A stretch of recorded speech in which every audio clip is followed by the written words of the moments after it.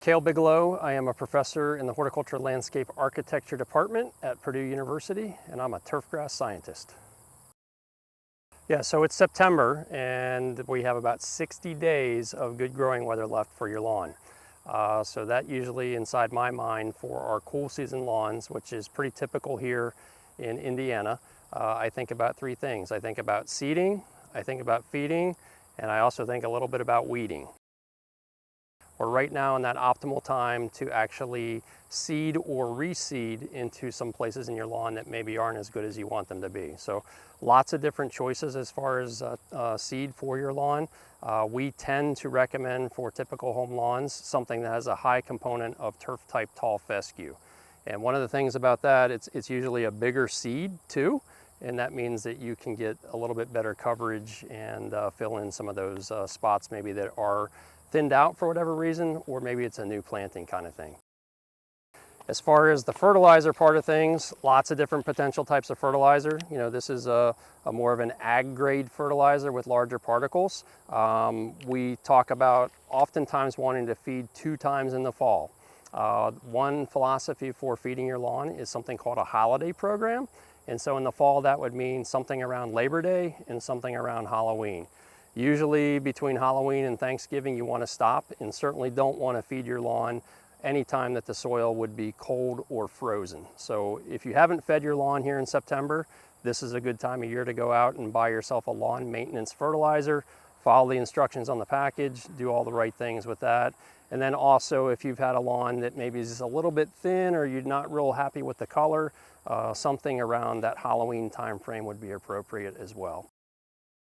Now, the other thing I need to talk a little bit about with respect to the feeding and the seeding is the only way that our feeding and seeding is going to work is if you have some amount of rainfall or supplemental irrigation. We've been in a period the last 3 weeks here in central Indiana where essentially we've had very, very little rainfall. So if you are going to seed and if you are going to feed, you need to also water to make sure that those things get activated. You know, seed's not going to grow if it doesn't have water, and we also want to, from a best management practices, make sure that we're watering those fertilizers into the root zone. As far as the weeding part of that, we're usually looking at sometimes trying to control some of our broadleaf weeds in the month of October. And if you go to turf.purdue.edu, there's a whole bunch of information on, you know, different herbicides and different potential lawn weeds that might be there as well. So one of the most important things that you can do as far as trying to improve your lawn through adding some seed is to put the seed into some of those thin areas. Maybe it's a little bit like this, but one of the other important aspects of any sort of seeding project is what we call seed soil contact. So you could have used some sort of a rake or something to scratch this up ahead of time, but there are also tools like this that you can put the seed down and then you can work that seed into the ground so that you get some good seed soil contact. And so if you have localized areas like that, you know, add some seed, scratch it up, add a little bit more seed, and that should get you pretty good.